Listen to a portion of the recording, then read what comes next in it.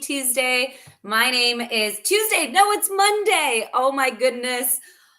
That's because I'm a true entrepreneur. Every single Monday morning, like hit the ground running and already feeling like it's the middle of the week. My name is Crystal Almeida. I'm the CEO and founder of the Mom Link, an incredible community of women supporting women in business. And I'm here on Monday with the incredible Heather Tucker.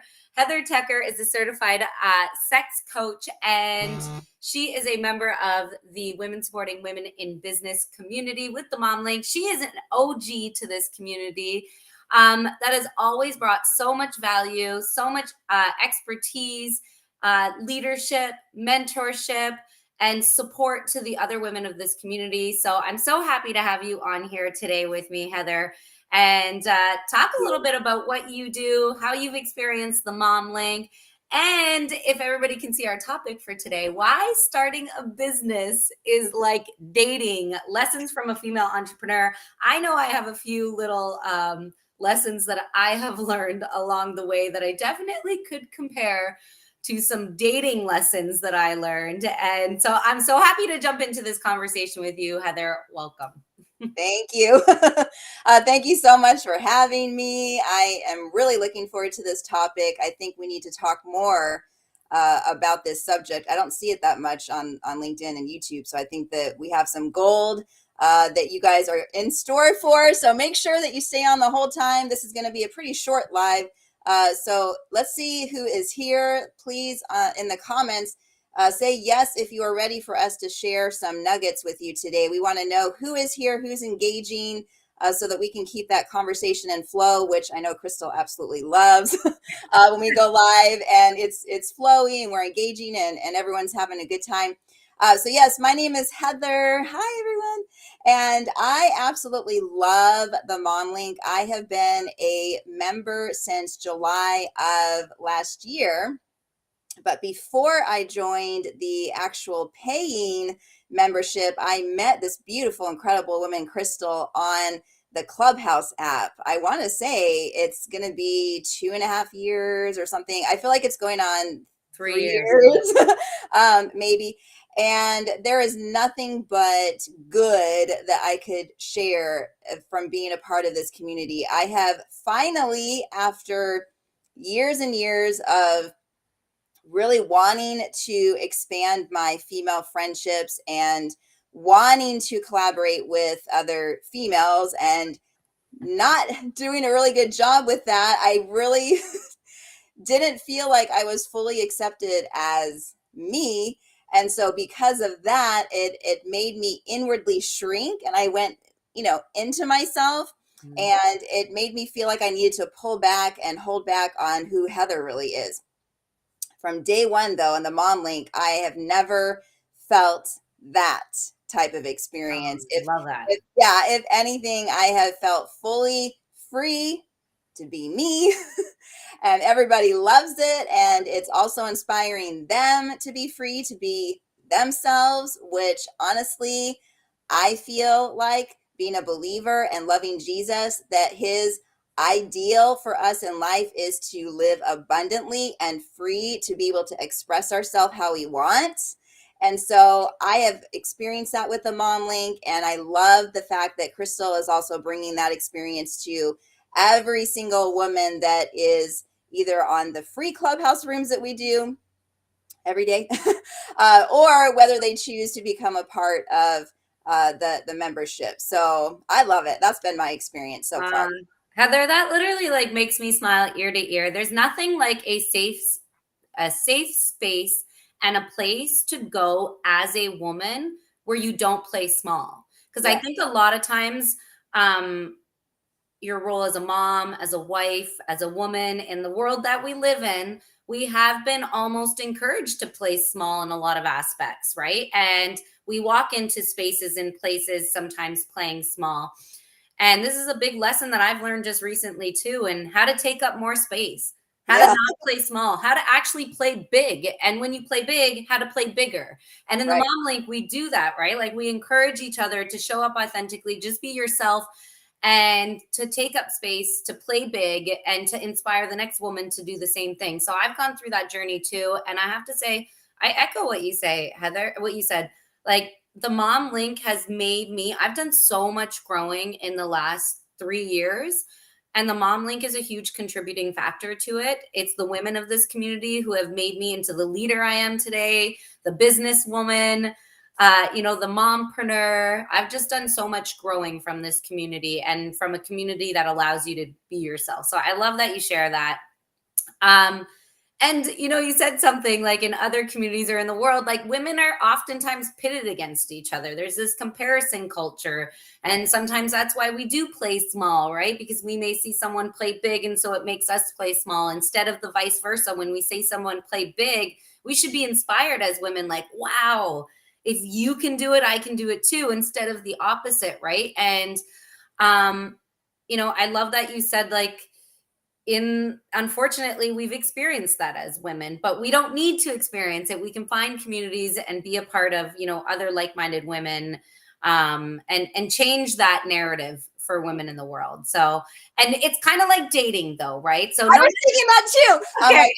I know. I was like, as soon as Crystal's done, and she's like, I'm done speaking. And I was thinking, oh my God, that's what I was thinking too. Because even like this whole idea that you just shared about taking up space and allowing our full selves to be like showing up, that's how you have to do it in the world with dating. That's how you have to do it when you become an entrepreneur. You have to take your seat at the table. Same thing, in the dating realm. If you doubt and feel insecure about what you bring to the table, all that negative energy is going to go on to the person that is thinking on the other end, is this person right for me? And you're doing yourself a disservice if you are holding your full self back. You're not showing them who you really are, and they might be the person for you, and you might have just pushed them away. Oh my goodness, Heather, I love that we're jumping right into this topic. I thought it was the perfect topic. You are the Christian sex coach. This is totally your jam, and kind of like, how can we really like make a correlation between the two, or a comparison between dating and business, and whether it's dating or building a relationship with another, female entrepreneur, or whether it's dating, romantically dating. I think there's a lot of comparisons to be made. And that's the first one, right? Like, take up space. Yes. And approach business like you should approach, and I say should approach relationships or dating, which is know what you bring to the table. Know what skills and expertise and what you offer. And when you do that in business and in life and dating, it changes the game, right? It makes that value be like received and understood from your partner, right? So then you both are playing big and not playing small because you don't value yourself or pull your own seat at the table. So I love that comparison. I think that is true. And, for a lot of the singles that I work with, sometimes they don't feel like they're worth having a healthy relationship because of their past experiences. And that's the same thing in business. If you're bringing those insecurities because maybe you haven't had such a good, romantic relationship history, now you could potentially be bringing that into when you start building your business. You might think, oh my gosh, because of my past experience trying to build a business and it didn't work. And so why should I try again this time? I must just go back to 9 to 5. I mean, there's so many doubts and insecurities, and like, I'm not worthy of success, and I'm not worthy of making a shit ton of money. Like, yes, you are. You are. Like, we all have a seat. You just have to freaking step in and take your seat and sit down and be like, I deserve to be here. Okay, so then, would you agree then? This leads to me to the one point I wanted to bring. Is you get your seat at the table in, make your seat at the table in business or in dating and relationships. But then to keep it is a whole nother story. Oh, yeah. Now, to keep a marriage, to keep a relationship, any relationship in life. To keep 100 pounds off. What does it take? It takes work, like work. Don't let anybody ever sugarcoat it. Entrepreneurship, building a business, just like relationships and marriages, it takes work. It is not easy. It is amazing and thrilling and an enjoyable ride, but it's about maintaining. No pun intended from a sex coach. Yes, let's have that ride. But it takes work, right? And so building a business, it takes constant work to keep that seat at the table, to keep you growing, to keep you evolving and scaling. And just like, marriages, they take work, and to keep it going and to keep it growing. And I think marriages are the same way. You're always going to face something new. Like relationships are the same way. You're always going to face a new challenge or a new argument or something to get annoyed with each other or whatever it is. And business is going to be the same way. It's got curveballs that you've got to be ready for, and you got to be prepared to handle them. And you got to be committed to not just doing the work, but staying the course and not quitting. Right? Yeah. And even if you're not prepared for them, because I think honestly, who really is prepared for a fight that comes out of nowhere and you guys were just holding hands like 2 seconds ago? Or like you're on your path of hitting all your goals. You're hitting them. You're making money, and all of a sudden someone attacks your bank account and the money's gone, or something out of your control comes and you got to file bankruptcy.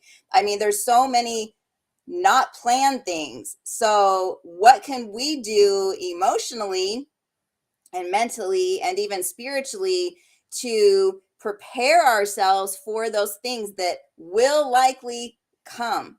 Because that is how you're going to react in an amazing way. And you're going to show other people, wow, you know what? When these out of the blue, unexpected things hit, I don't have to react like my dad did and throw stuff across the room because he's really scared, but he's reacting in anger. I don't have to be that. I can, okay, here's what's happening in my relationship, in my business. Let's look at the whole thing. Let's remember the big picture. Let's remember the reason why we're even out here doing business in the first place. We have a mission, we have a calling, we have a purpose. And let's bring all that big picture back in, and let's just see this for what it is. This is probably a growth opportunity. This is probably, once I understand why this has been allowed from the universe to come in, is probably the very thing that, even though it's uncomfortable and we feel resistance toward it, is the very thing that's going to propel us to that next level, which is where God wants us anyway. He wants us to keep going up and up and up and become a better version, and then a better version, and then a better version. But there always has to be something to take us there. And normally it's something that doesn't feel good in the moment. But then once you understand and you have enough life experience and you see, wow, every single time that I went to another level, something crappy happened right before. And when you understand that that's like the normalcy of being in business or even a relationship, you're like, okay.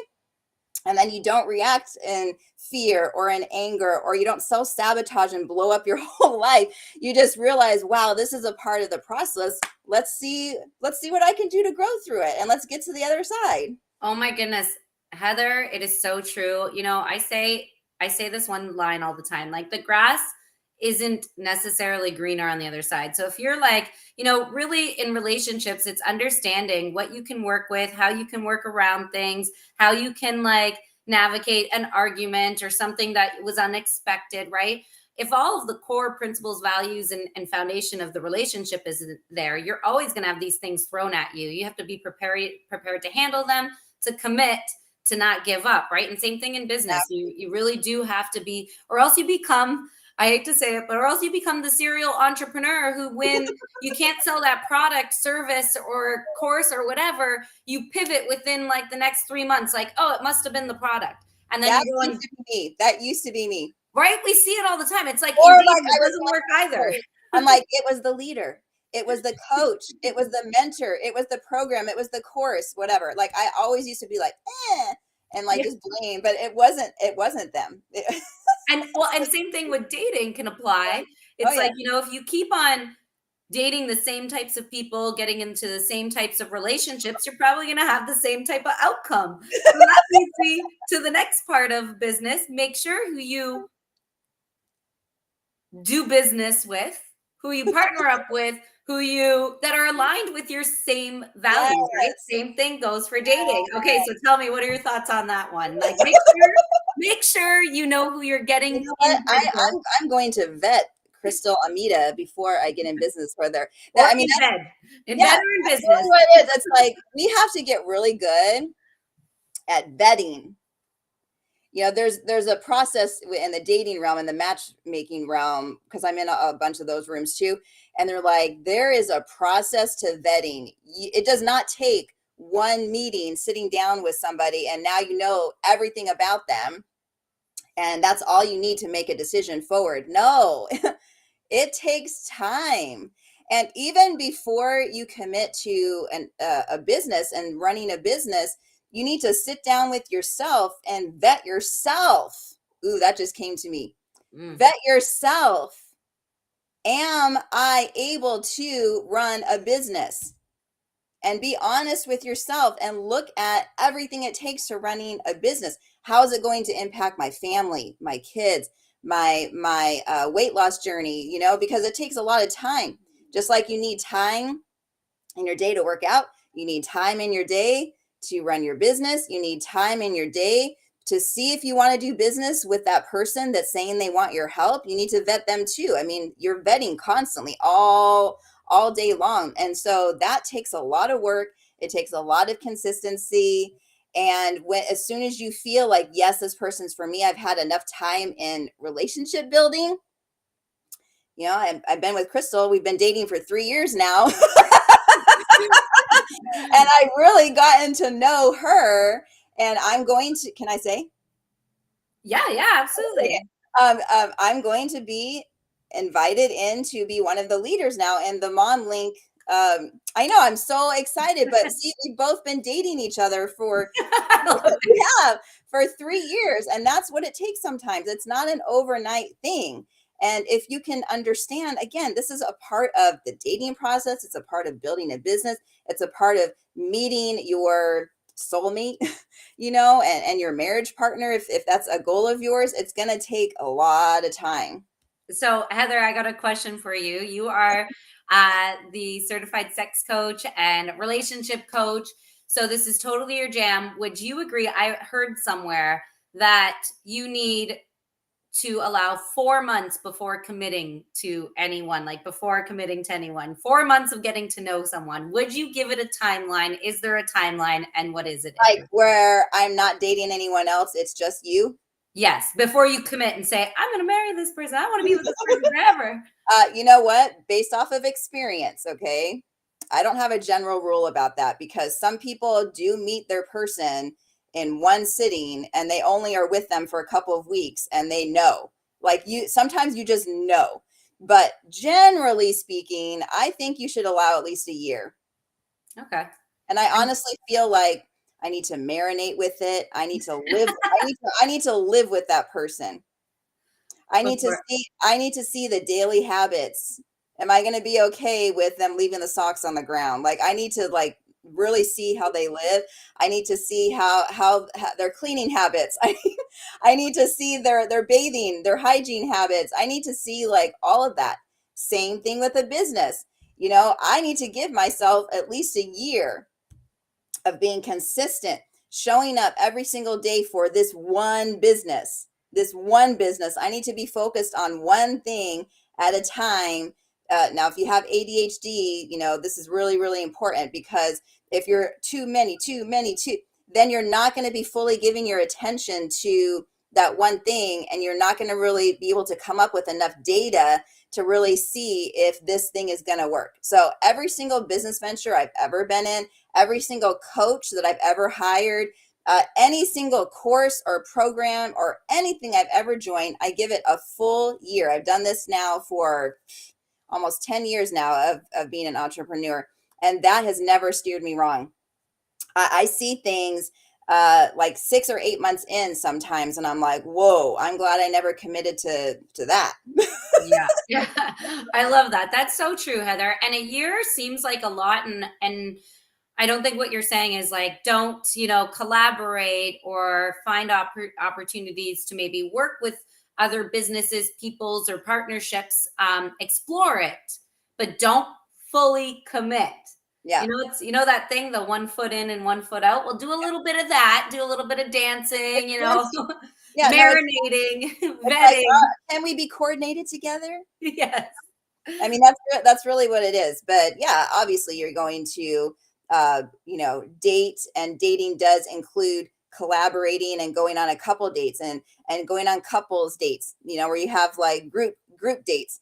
That to me is collaboration in business. Like you're going on group dates, you're just sort of like, you're kind of hanging out more. You're doing more things together. But yeah, like like, let's say for some reason, I've been married to my husband almost 22 years. Let's say that something happens and it doesn't work out. If I meet someone new, you better believe I'm doing exactly what I'm telling you. I'm going to be group dating. I'm going to be meeting his parents. I'm going to be doing all the things way before I am vulnerable and share my like dark secrets, like before I fully open up and I'm like, wow, okay, yeah, this is the person I could see myself with for eternity. Now I feel safe. And I trust them enough where I can fully open commit. up. And you know what? I think in business, I just thought of this now. Collaborating is like dating. So Yes, collaborating replaces, so you date someone to find out if you can commit to them. exactly. And in entrepreneurship, you collaborate with people to find out, are your values aligned? Do you have the same do you have synergy in business to be able to do business and commit to one another? So definitely vetting, doing your research, just like dating, making sure you are doing the dating before the committing. And utilizing collaboration as that tool to get there. Okay, so the last thing that I would like to say, that I would like to add, so it takes work. This is how dating and building a business is the same, can be compared. So it takes a heck of a lot of work. It ain't easy. It ain't for the faint heart. And don't let anybody trick you and say you only have to put in 2 to 3 hours a week for a successful business. Because let me ask you, do you have to put in 2 to 3 hours for your marriage to work? No. I mean, if you want a half-ass business or a half-ass marriage, I mean, that what you put in is what you're going to get back. Yeah, exactly. So do the work. And when you say do the work, it's ongoing work. It's never like you do the work once and then you expect to have all these crazy, amazing things happen. No, it's ongoing until you die, or like you see that the business is like, okay, this business is dead. I need to bury this thing and put it in the grave. You know what I mean? Yeah, exactly. You got to do the work and never let anybody tell you, because we do hear this all the time. And sometimes people get into entrepreneurship with the goal being that they're going to sell their company and be done. And just like, the deeper you get into it, the more responsibilities, the more, just like a marriage too, right? Like you go from dating to a serious relationship to a marriage.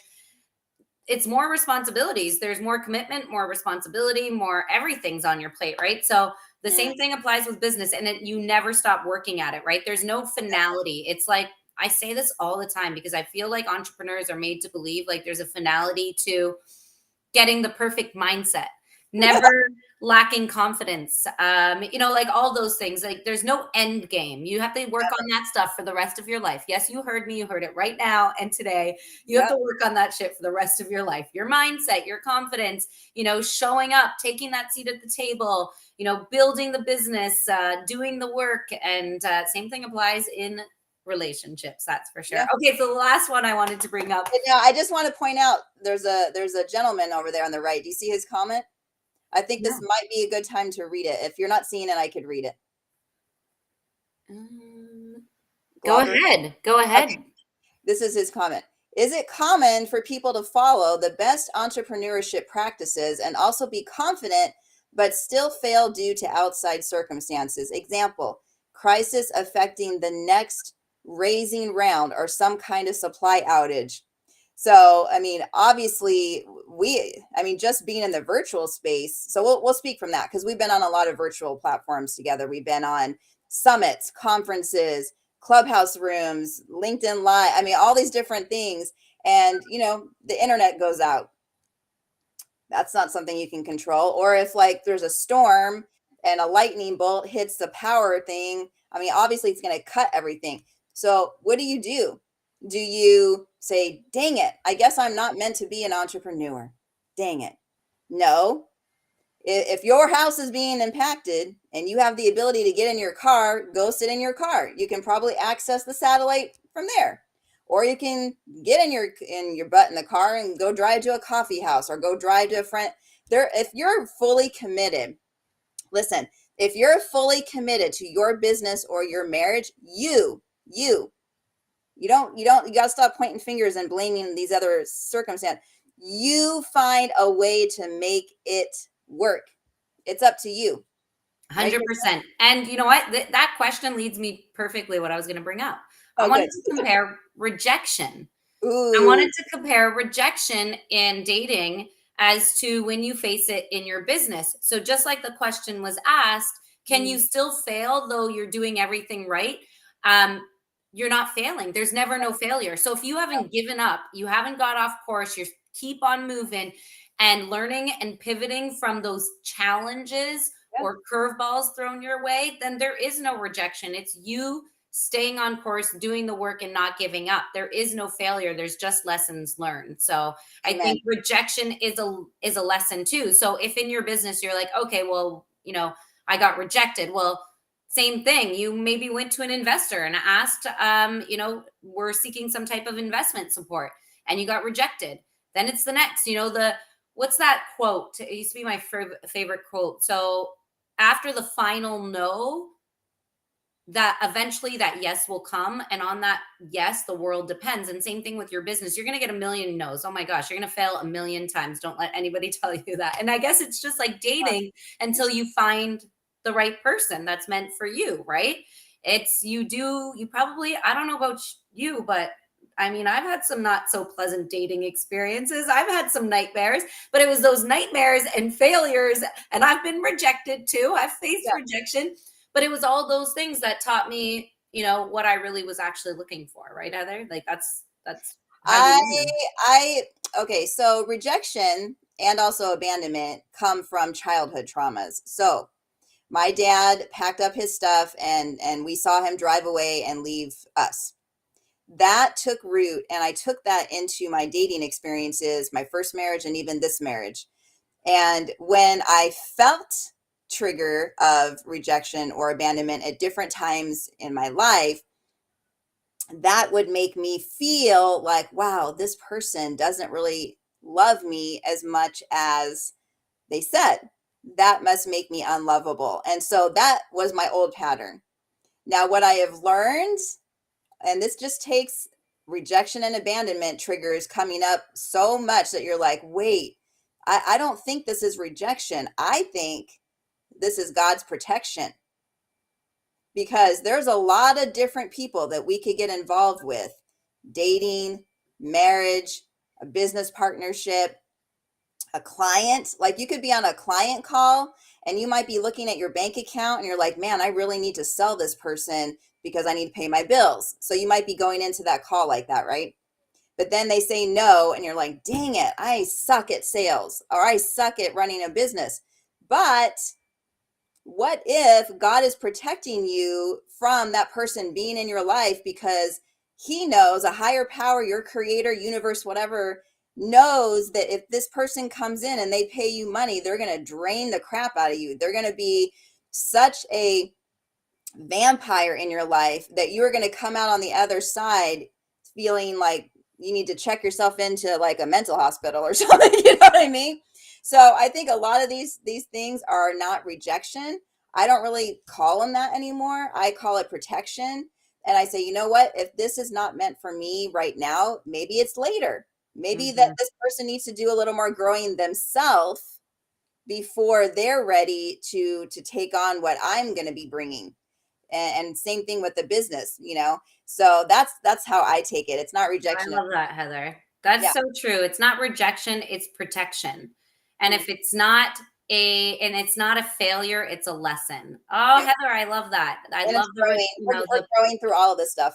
seriously, I'm going to use that all the time. It's not rejection, it's protection. You're being protected every time you're rejected, because at the end of the day, if somebody's rejecting you at, romantically, well, then they don't deserve you. Remember, we know what our worth is. We know our Exactly. value. We know our seat at the table. And same Yep. thing in business. If somebody rejects you in business, they don't know what you've got. They may be missing out on the best partnership opportunity that can come their way. So you've got to continue to definitely think that way. So I like so many ways that we could compare, and we kept it PG over here. Yes, we Uh, did. We did. Yes. Heather, this has been an I was a awesome good girl. conversation. I want to take, before we jump off, I want to take a little bit of a minute. Tell us, what do you have upcoming? What are your services? Tell us a little bit about your business. How can people reach you? Where can they get in contact with you? Besides coming over to the Mom Link and having you a part of our team over there, let everybody know where they can reach you. Yes. If you need help in your sex life, in your relationship, in your marriage, let's say that, I don't know, you might struggle to bring pleasure down. You might be sexless. You might be in a committed relationship and you might not be having sex and you're like, man, we've tried everything. We can't bring it back. You might, like Crystal and I talked about, have some rejection and abandonment issues that you've never healed from. You might have had some sexual trauma or abuse in your background that you've never healed from. And you're like, man, I wonder if this is showing up in my relationship. How can I heal from this? We've tried by ourselves and my husband really wants me to get some help. I don't know where to go. I don't feel comfortable. All these different kinds of things. Please reach out to me. You can go to my website, sexcoachheather.com, and you can schedule a free 30-minute call. I would love to do that with you. Let's just figure out, like we're talking about dating each other, like let's just figure out if we'd be a good match, because we don't know until we get on a call and we see each other's body language and I hear your story, you hear my story, and then we see if we're a good fit. So that's what I love to do. I don't just take anybody. I don't expect anyone to just take me. I really do want to build that relationship first and see if we would be a good match. I love it. All right. Well, I hope you enjoyed this conversation. Definitely drop in the chat if you enjoyed this conversation. What are your thoughts on why starting a business is like dating and the lessons that you can learn from it? Remember to drop in the chat. Let us know if you agree that your next rejection is just the next protection coming your way. If you agree, in collaboration over competition. And let us know if you are a female entrepreneur looking to join an incredible community to have women support you in your business. Definitely tap in with the Mom Link. That is it for today. We'll see you again soon. And thank you so much, Heather, for jumping on this call with me. You're so welcome. Thanks for being here, everyone. Love y'all.